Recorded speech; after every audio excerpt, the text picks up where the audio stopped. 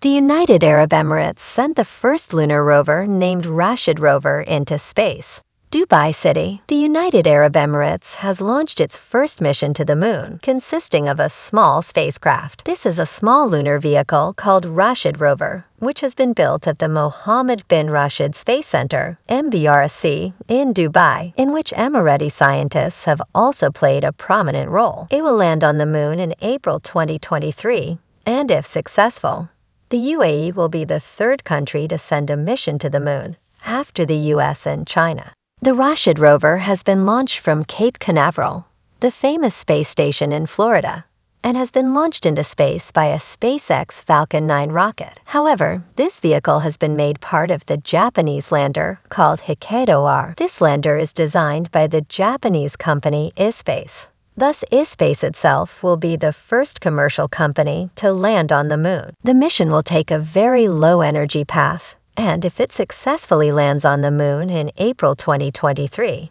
it will spend at least 1 day there, which is equivalent to 14.75 Earth days. Its sensitive instruments will probe the plasma on the moon's surface, as well as the dust there. Emirati scientists have specially designed it to work in the harshest nighttime environment on the moon. It was launched in Dubai in 2017 and is designed entirely by an Emirati team. The lunar vehicle weighs 10 kilograms and has 4 special wheels. This vehicle has been named Rashid Rover after the former head of the UAE, Sheikh Rashid Al Said.